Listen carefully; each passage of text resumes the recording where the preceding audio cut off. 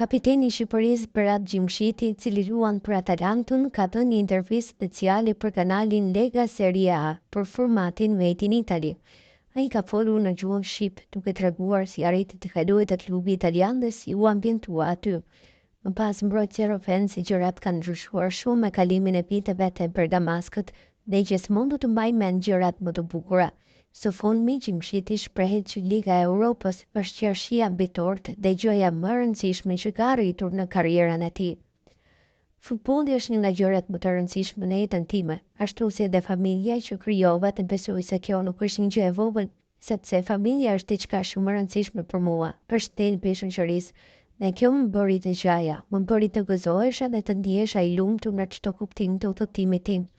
E gjithë kjo ndodhi së bashku, por më besoni, gjithçka është e mundur në jetë, sepse kur fillova, sigurisht që nuk mendoja se do të arrija në këtë nivel. Si u ambientuat në futbollin italian? Ndikimi fillestar ishte sigurisht shumë i vështirë, sepse ta them të drejtën nuk e kisha ndjekur shumë futbollin italian më parë. Në shikoja futbollin gjerman më shpesh, sepse është më afër Zvicrës, dhe madje dhe në familjen time shikonin më shumë ndeshje të kampionatit gjerman. Por kur erdhi telefonata nga Atalanta, fillova të informohesha, i shikoja ndeshjet në televizor dhe i ndiqja lojtarët e Atalantës. Si zgjodhët Italinë? Ajo që më shkyu të zgjidhja Italinë në vend të Zvicrës është padyshim futbolli.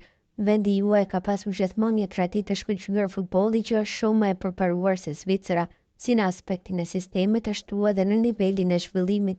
Ishte një zgjedhje e bërë për karrierën time për të ndërtuar diçka të rëndësishme dhe për të pasur sukses në të ardhmen, dhe mendoj se ishte një vendim thelbësor për mua. Çfarë mendoni për banorët e Bergamos? Padyshim që ndihem sikur jam nga Bergamo, sepse mentaliteti në disa mënyra është shumë i ngjashëm atë të njerëzve që kam takuar. Mendoj se shumica e tyre janë shumë punëtorë, shumë të drejtë dhe bëjnë shumë sakrifica. Mendoj se kjo më përshtatet shumë mirë si person dhe pothuajse ndihem sikur është shtëpia ime e dytë. Pa jeni gjithmonë një njëjti person brenda dhe jashtë fushës? Mendoj se ka dallime, në fakt ka shumë. Në fushë duhet të kesh të demonstrosh një farë leadershipi, patyshim me pak agresivitet, veçanërisht në rolin tim si mbrojtës, por nuk është kështu në jetën e përditshme. Në shtëpi jam një person i thjeshtë. Më pëlqen të jem me familjen time, të kaloj kohë me fëmijët e mi. Çfarë kujtimesh keni nga ditët e para të Atalanta? Ishte gjithçka e re. Fola me sartorin e cili ishte drejtor në atë kohë, dhe ai më tha se kishte vendosur të më përfshinte në ekip. Ai më foli gjithashtu për të gjitha vlerat që një lojtar duhet të ketë për të luajtur për këtë klub, por nuk mund të harroj se në atë periudhë ai më tha edhe gjithashtu se ne jemi një klub që zhvillon lojtarë të rinj dhe pastaj shet ata në ekipe më të mëdha.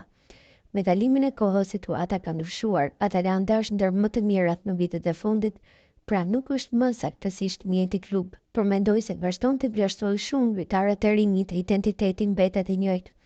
Motoja thotë se gjithmonë duhet të thirrsitesh, dhe në dhomën e shveshjes ka një logo që thotë se duhet të japësh gjithçka. Nëse pavarësisht të rezultatit, lojtari duhet të jetë në gjendje të thotë se në fushë ka gjithçka dhe vuri zemrën e shpirtin. Cila është gjëja më e mirë që bëhet me Atalantën? Ëndra më e bukur që kam jetuar këtu është që kam fituar Ligën e Europës, e cila është qershia mbitore dhe gjëja më e rëndësishme që kam arritur në karrierën time. Ata duhet ta kujtojnë atë djalë të thjeshtë dhe punëtor që gjithmonë ka dhënë gjithçka për të fanellë dhe për këtë qytet, dhe shpresoj që ata të kenë vetëm gjëra të mira për të thënë për mua, siç të them gjithmonë për njerëzit e Bergamos, jo vetëm kur të dajnë në pension ose nëse largohen ndonjëherë nga këtu. Shpresoj vetëm të kem lënë një kujtim të bukur në këto vite.